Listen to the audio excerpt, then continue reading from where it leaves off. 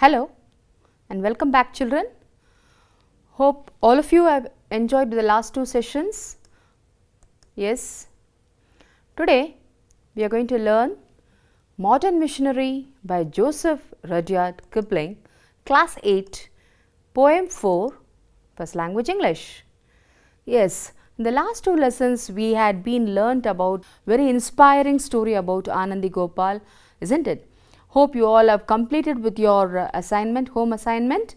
Yes, when you resume back to your school, you can show to your teachers what you have learnt about Anandi Gopal.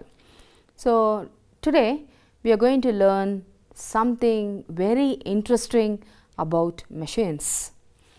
So, before we could go to the poem, let's see some interesting things. Now, it's about a pre-reading activity. In pre-reading activity, I am going to ask you about, think of 5 activities you can do without the help of any kind of machine. Can you guess? Really difficult, isn't it? Any kind of machine, you can eat, you might say you can eat, you can talk, you can walk, you can sleep, many things, isn't it? But mechanically, it's very difficult nowadays to stay without the help of machines. Think of 5 other activities you can do with the help of machines. You will say without even thinking, isn't it? There are lot many things to say, but I ask you only 5 things. What are the, in case if you are using machines, how should you handle the machines? What are the damages we face when we don't handle a machine properly?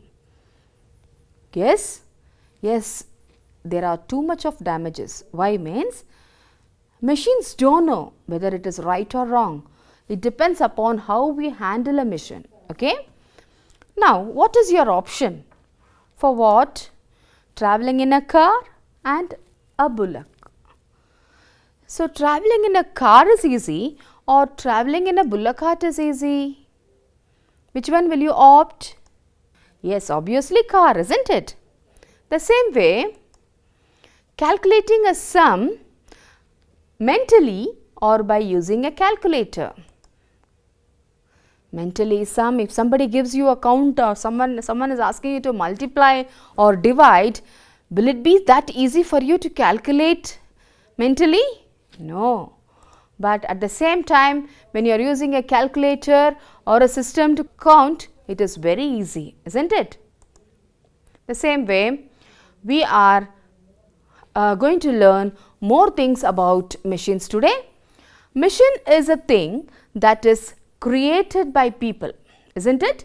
Machine is a thing that is created by people to make work easier.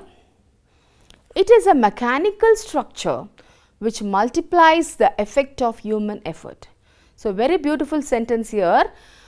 Each and every work whatever we are doing, we are making our work easy only with the help of a machine. Now, as I was telling you about the car or a bullock cart, we might opt for a car because we will reach the destination earlier than the bullock cart. The same time, we can save the time by calculating a sum in the calculator or a computer, isn't it? But calculating mentally, it takes some time, it consumes time. The next one is, machines are more efficient compared with human beings. One machine can do the work of several people, isn't it? One person's work, but I'll tell you something, machine is a man-made thing. We are asking the machine to do so much of work.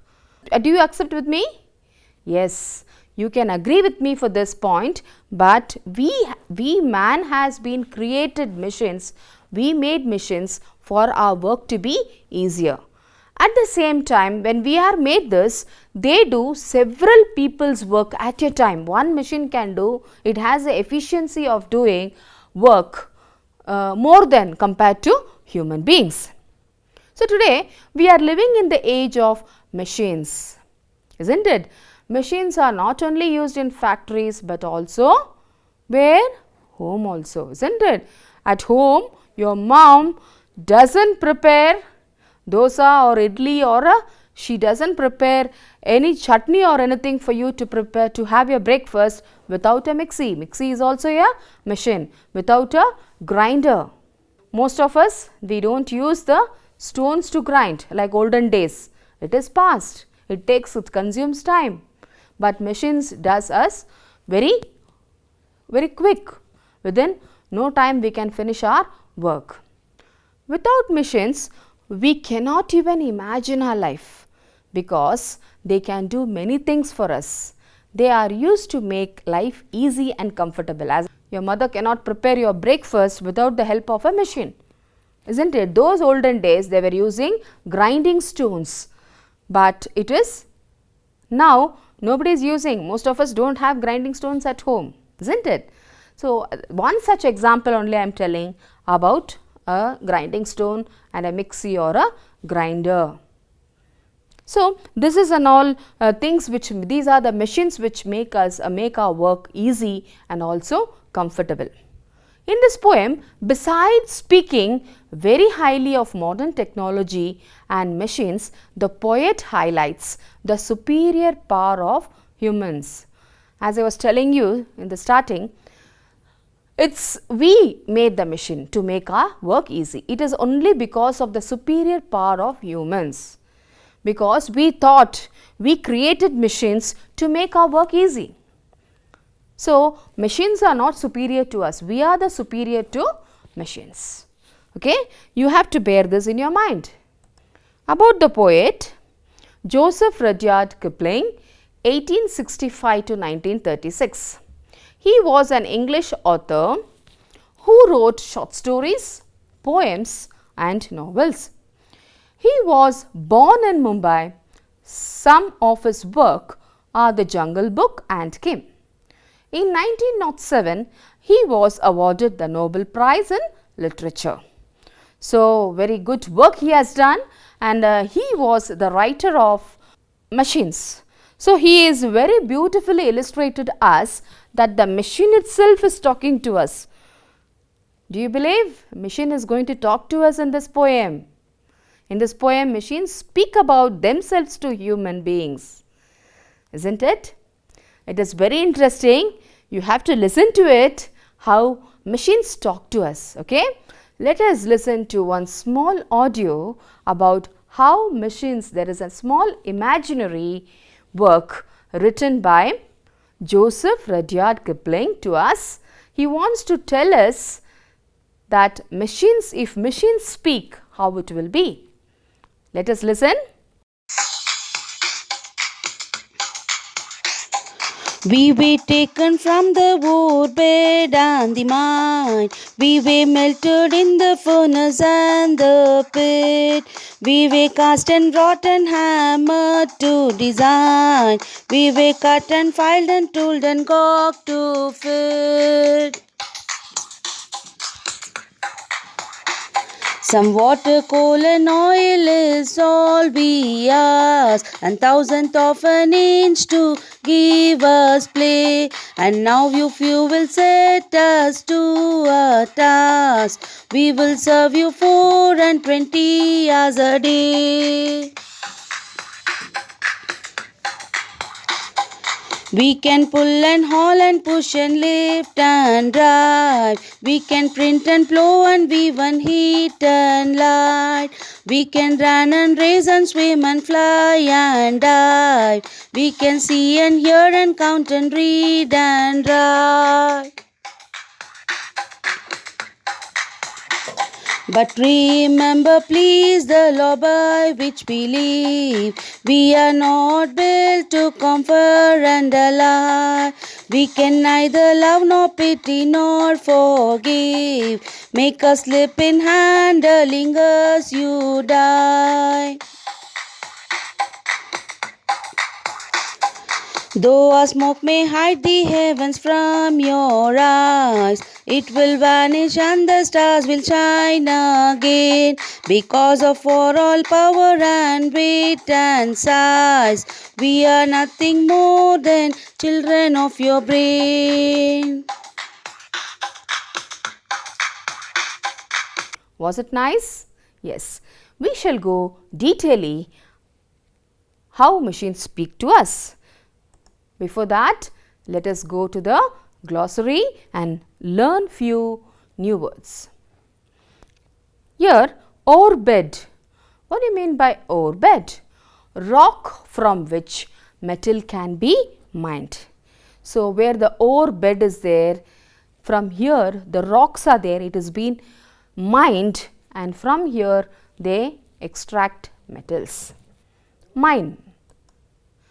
Place from where minerals are dug out. So, minerals are where? Under the earth. So, the minerals are being dug from the earth, it is being mined from the earth, then only we get the purest form of minerals, and that it can be made into different metals. This is how it is being mined. Furnace. Enclosed space for heating materials at very high temperature.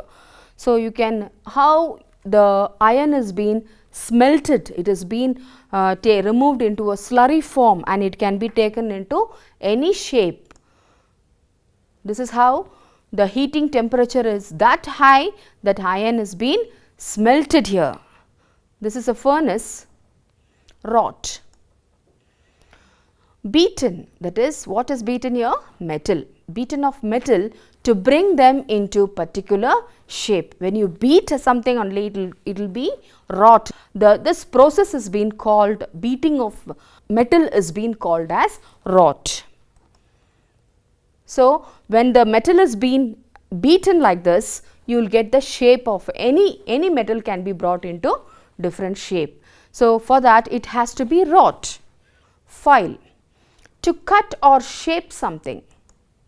Now, see how it is being filed.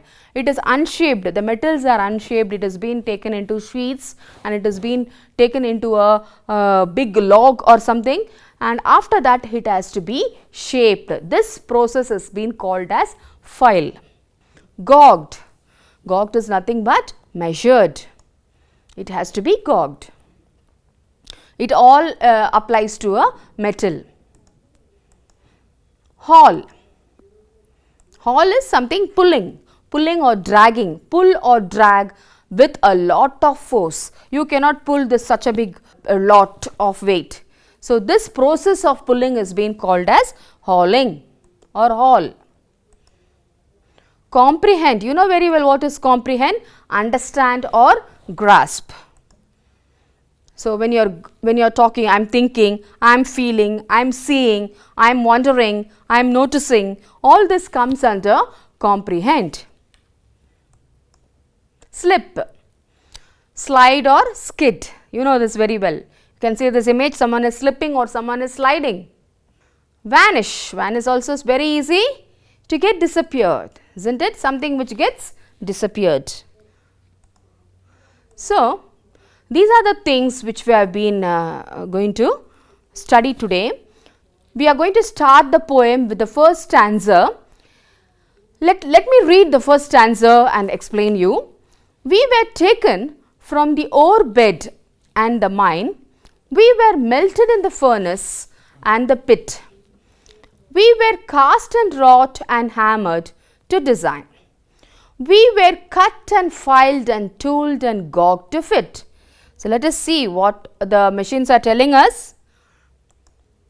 The machine is telling us in this stanza that machine tell us how they are created from the metals that are taken from the ore bed. Very interesting. They are telling us the ore of metals are taken from the ore bed and mines. As we all know that on earth iron is found mainly inside the minerals, hematite and magnetite. These minerals are dug out of the ores and then it has been extracted. Then there is a difference between wrought iron and cast iron. Wrought iron can be heated and worked into various shapes. I told you before itself, when you heat, it gets smelted, then you get various shapes. Then cast iron has to be melted and poured into a mold, that is hollow container, and allowed to be solidified, become hard. So, the machines are designed by casting and hammering. Lot of work it has to do. The second stanza is, some water, coal and oil is all we ask. So, what the machines are asking? It does not ask you food. The food for machine is what? Some water, coal and oil is all we ask, and 1/1000th of an inch to give us play. We use inches to fix them, isn't it? And now, if you will set us to our task, we will serve you 420 hours a day. That is, the whole day without stop, the machines will work until we say stop. The machines need water, coal and oil to run. Once the machines are fed with fuel, they will start functioning immediately. So, that is the fuel for the machine, that is the food for the machines, water, oil or coal. So, when they are given a task, they will perform it. The machines serve us for 24 hours a day, as they can never get tired. So, until you say them stop, they will not stop. Okay? So, very interesting about machines. Let us see to the next. Third stanza, we can pull and haul and push and lift and drive. We can print and plow and weave and heat and light. We can run and race and swim and fly and dive. We can see and hear and count and read and write. Very beautifully written, isn't it? So, what he tells, the machines can pull, haul, drag, that is haul is dragging, pushing, lifting, dive, print, plow, weave, heat, light, run, race, swim, fly, see, hear, count. What and all we are asking the machines to do, they will do. Read and write. They can do all sorts of works that human can do. Coming to the fourth stanza, but remember please, the law by which we live, we are not built to comprehend a lie. We can neither love nor pity nor forgive. Make a slip in handling us, you die. So, very beautiful very beautiful stanza this is. What the machines tell us, they don't know to love.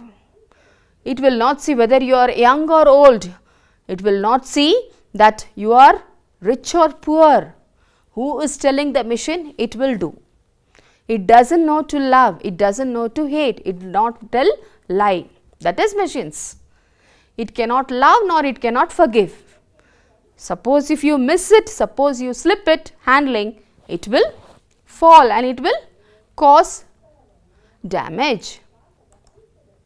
We are greater than the people or the kings. We humble as you crawl beneath our rods. Our touch can alter all created things. We are everything on earth except the God. So, very beautiful stanza this is. We are more than kings, it tells. We are humble. As you give us order, we are going to do. So, who is speaking to us? The machines are telling all this, but it tells us we are everything on earth except the God, isn't it? It is not God, but more than everything in the world. It is telling, they claim they are greater than people or the kings and ask the humans to be humble before them. They say how human emotions and judgments mean nothing to them. They say they are all powerful on earth except the gods. So, very beautiful sentence, machines are talking to us. Coming to the last stanza, though our smoke may hide the heavens from your eyes, it will vanish and the stars will shine again, because for all our power and weight and size, we are nothing more than children of your brain. So, machines are telling we are everything, we do all the work. When we are asked, when it is a smoke, we even hide our smoke even hides the heaven from your eyes. We vanish, we do all sorts of magic to you. So, we have all the power, but at the same time we are nobody else, we are the children of your brain. Who created us? What does the sentence tell us? Who created us? It's human brain created the machines. So, it is machines are the children of our brain. So, very beautifully finally it tells that machines agree that we are superior to them. Humans are superior to machines. So, it is humbling in front of us. So, very beautifully it is telling finally the machines become optimistic. They say that the impact of science and technology will not destroy the earth. At last machines accept the fact that they are not superior to mankind. Whatever it is, how big it is, however big it is we order the machines. It is we have created the machines. It is our knowledge, isn't it? So, we are superior than machines. So, it is telling us that they are not superior to mankind. Who are not superior to mankind? Machines are not superior to mankind. They humbly state that they are not only the children of the human beings. So, the poet tells us that no matter how many difficult tasks the machines and robots do, they will always be created and controlled by humans. So, coming to language activity today, we are going to learn about figures of speech here. I have brought two figures of speech for you. In this, we can see and hear and count and read and write. Who is telling us? The machines are telling us. This line gives us the sense of human qualities, isn't it? Attributed to machines. Machines will speak to us? No, it is just an imagination. It tells us as though we can see, we can hear, we can count and read. All these are human qualities. For this, which figure of speech is this? This is looked at as a form of figure of speech. So, which figure of speech is this? It is personification. The figure of speech in the above expression is known as personification, which means an inanimate object, that is a lifeless object, is treated as though it were endowed with life, like all human qualities in it, like with life or with human attributes or feelings, like just an imagination that giving life to inanimate objects. We will see some examples of it. It is the tree's lament and airy speech. Oh, how happy I am, the little kid cried. So, will the kid cry or will the tree's lament speak to us? No, but we are giving the qualities of human here and apply it so that it becomes personification here. The speech is personification, this expression is personification here. I wish I were like you, said the river to the forest. Will river speak? No, but here it has been, this expression is called as personification. The next one here is alliteration. Alliteration is a repetition of speech or sound in a sequence of nearby words. Usually, the term is applied only to consonants. So, it is not applied to vowels, it is applied to consonants, and only when the current sound begins a word or a stressed syllable within a word. So, very interesting this alliteration is also. Let us see some examples of it. I am a man-made machine. Here which letter has been repeated here? M, and the sound of M has been repeated. So, this is a repetition, the repetitive type of expression. So, we call this as an alliteration.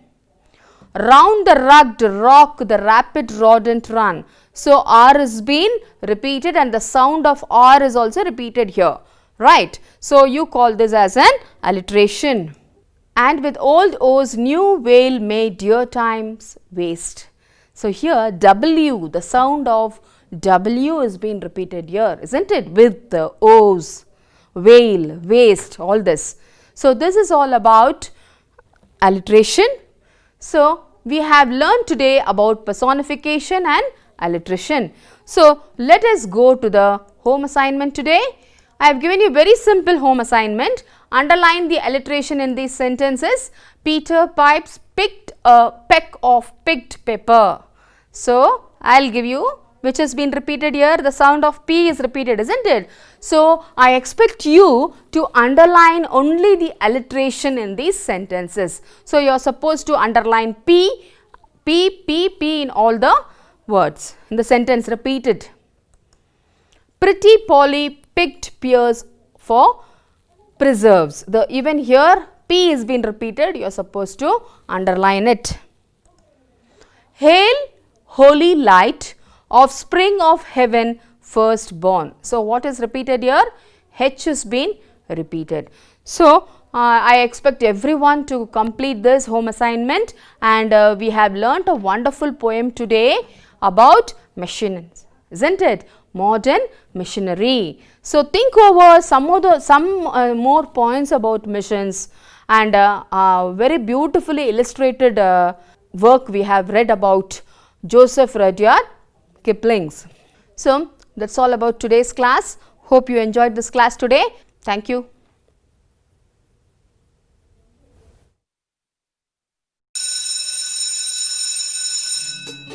ಅನುದಿನ ಅನುಕ್ಷಣ ಮನೆಯಲ್ಲೂ ಕಲಿಯೋಣ ಕಲಿಕೆಯ ಹೊಸ ಹಾದಿಯಲ್ಲಿ ಜೊತೆಗೂಡಿ ಹೆಜ್ಜೆಯ ಹಾಕೋಣ ಸಂತಸದಿ ಕಲಿಯೋಣ.